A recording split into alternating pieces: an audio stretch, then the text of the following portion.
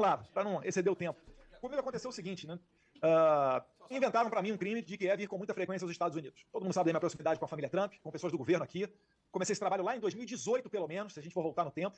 Né? Fiz um evento lá em Foz do Iguaçu, Cúpula Conservadora das Américas. Ainda durante o governo do meu pai de transição, visitei aqui uma semana nos Estados Unidos, Boston, Nova York, Miami. Fiz mais de 30 rodadas, principalmente com fundos do mercado financeiro, levando a notícia de que um presidente novo viria a ser empossado em janeiro, no caso de Jair Bolsonaro, e que o Brasil deixaria de ser socialista. Então a gente trabalha há muito tempo tentando fazer aquilo que o nosso eleitorado pede, né? A organização da direita, firmar um projeto de país, colocar adiante uma bancada uníssona de parlamentares. Eu acho que, em certa medida, a gente conseguiu muito sucesso nessa empreitada e os senhores que me assistem aqui hoje, certamente, né, estão lado a lado comigo nessa iniciativa. Por vir muito aos Estados Unidos, vim na posse do presidente Trump. Né? Meu pai foi convidado, não pôde vir porque Moraes apreendeu o seu passaporte. Vale lembrar que quando ele apreendeu o passaporte de Jair Bolsonaro, o motivo foi porque outras pessoas próximas a Bolsonaro tinham notícias, estavam saindo do país, entre elas Felipe Martins. E ainda depois, quando essa farsa do Felipe Martins foi descarada, e hoje tem-se, até pelo relatório da PF, de que ele nunca saiu do Brasil, ainda assim mantém a apreensão do passaporte do meu pai.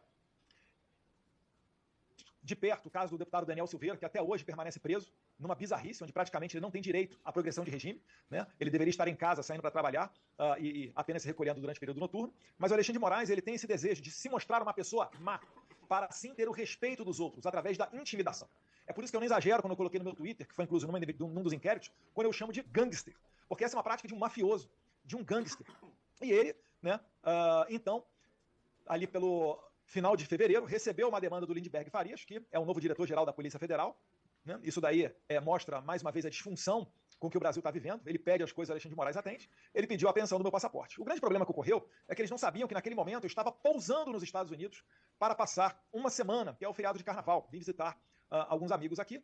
E como eu vi ali que o Alexandre de Moraes tinha dado 5 dias de prazo para o PGR responder se apreenderia ou não o meu passaporte, a pedido do líder do PT na Câmara, algo inacreditável, eu resolvi esperar. Esperei. E, inacreditavelmente, o PGR não respeitou o prazo de 5 dias do homem mais temido do Brasil. Após anunciar nas minhas redes sociais que ficaria exilado aqui, em 2 horas, o Procurador-Geral da República, então, disse que não era necessário pegar o meu passaporte, porque a minha atividade aqui era legal. No mesmo dia, Alexandre de Moraes arquivou o processo. Por que ele fez isso? Para não me dar a oportunidade de colocar, né, um rótulo em mim de perseguido político.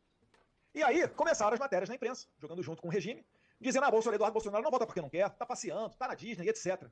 Glória a Deus, a soberba e a arrogância dos nossos inimigos. Esse foi o tempo em que eu tive a tranquilidade e a oportunidade de focar na minha vida em uma única pauta, que era trazer justiça contra o maior violador de direitos humanos, eu me arrisco a dizer, da história do Brasil. Foi dessa maneira que eu e Paulo Figueiredo, jornalista conhecido dos senhores, conseguimos ir diversas vezes ao Congresso americano, à Casa Branca, e levar informações que culminaram na sanção Magnitsky contra Alexandre de Moraes, que ainda vai piorar, eu tenho certeza disso. Não só para ele, mas pessoas também no entorno dele. Depois de eu anunciar a minha estada aqui, 2 meses após isso, o cientista americano Corey Mills, da Flórida, perguntou ao secretário Marco Rubio, numa audiência do Congresso Nacional Americano, se haveria chance de sancionar Alexandre de Moraes. E Marco Rubio disse que sim. Dias após este fato, a coisa mudou da água para o vinho. O mesmo inquérito em que tinha sido arquivado, com o PGR dizendo que a minha atuação era totalmente legal nos Estados Unidos, foi então desarquivado por essas razões políticas. E começou a pesar sobre mim o crime de abolição violenta do Estado Democrático de Direito, com pena de até 12 anos de cadeia. Fora alguns outros, como obstrução de justiça, alguns outros crimes um pouco menores, coação mediante processo, crimes que com certeza não cabem contra mim. Por exemplo, coação mediante processo exige que eu tenha um meio ilícito. Eu não tenho meio ilícito nenhum na minha mão. Eu sequer tenho qualquer meio na minha mão. Mas, se considerar a lei Magnitsky um meio ilícito, a lei Magnitsky é uma lei norte-americana. Então ela já não é ilícita. E ela tem que estar sobre o meu poder, tem que estar ao meu dispor. E, na verdade, quem caneta e aplica a lei é Donald Trump e os secretários Scott Bessent, do Tesouro, e o Marco Rubio, secretário de Estado. Então, é óbvio que isso daí é um instrumento do regime para pressionar, para forçar ao resultado que eles desejam. Como eles não conseguiram fazer com que nós parássemos, então, como todo o regime, foram para cima de Jair Bolsonaro, que é o meu pai. É a mesma coisa que acontece com os médicos cubanos. Muitos dos senhores aí já eram parlamentares, deputados federais, ao tempo em que o Bolsonaro foi eleito presidente. Quando o Bolsonaro foi eleito presidente, com relação aos médicos cubanos, né, o programa Mais Médicos, ele falou de 3 requisitos para manter o médico cubano no Brasil: pagamento integral do salário no Brasil, um exame revalida para provar que são médicos, né, para provar que não são espiões ou qualquer outra coisa, e, por último, trazer a sua família de Cuba para o Brasil, porque já era de conhecimento nosso que era uma estratégia do regime ameaçar os familiares que ficam como reféns lá na maior ilha de escravocrata do mundo.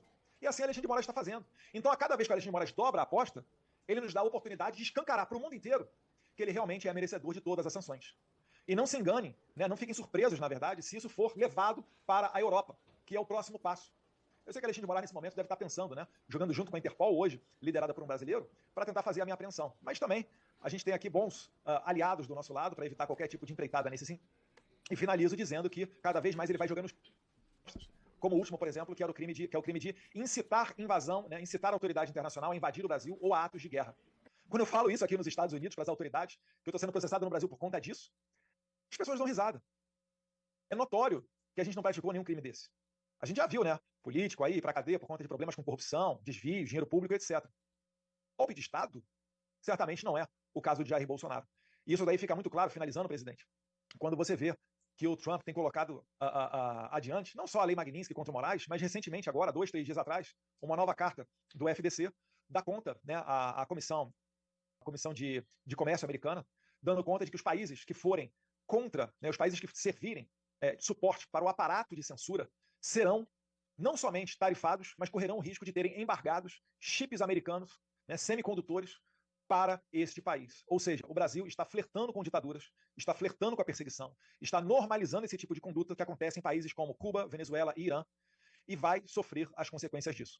Que Deus abençoe o Brasil e que Deus ilumine a cabeça dos parlamentares para que aprovem a anistia, que certamente é o primeiro passo para a gente virar essa página, para trazer justiça a essas pessoas do 8 de janeiro e demais perseguidos do Alexandre de Moraes, que não são somente as pessoas conectadas ao 8 de janeiro, e que assim a gente chegue numa boa condição, numa mesa de negociação com o governo dos Estados Unidos para reduzir ou, quem sabe, até zerar as tarifas impostas recentemente. Então, senhor presidente, muito obrigado pela oportunidade. Deputado Polon, guerreiro, está aí do lado do senhor também, né? Pode contar com o meu apoio integral, Polon. Admiro muito a sua luta, a sua batalha. E os colegas que estão aí, mais uma vez, eu estou vendo daqui, se eu não estiver equivocado, Gustavo Gayer, Sargento Gonçalves, Maurício Marcon, vereador Satier, tá um ganso ali no meio ali, vereador dando pitaco aí no meio dos deputados. Sanderson, meu amigo Sanderson, obrigado pelo apoio. Nosso né? Carlos Jordi Gabiano, também chegou, Gabiano, Carlos Jordi, Alden, Coronel Carlos Assis. Jordi, O Jordi ele não viu porque é muito Quem tá pequenininho. Jordi ali?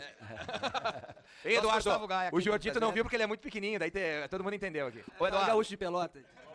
Eduardo, eu queria aproveitar esse momento ímpar Gonçalves. e permitir, tá certo, que os deputados federais fizessem uma pergunta, sei lá, falassem num tempo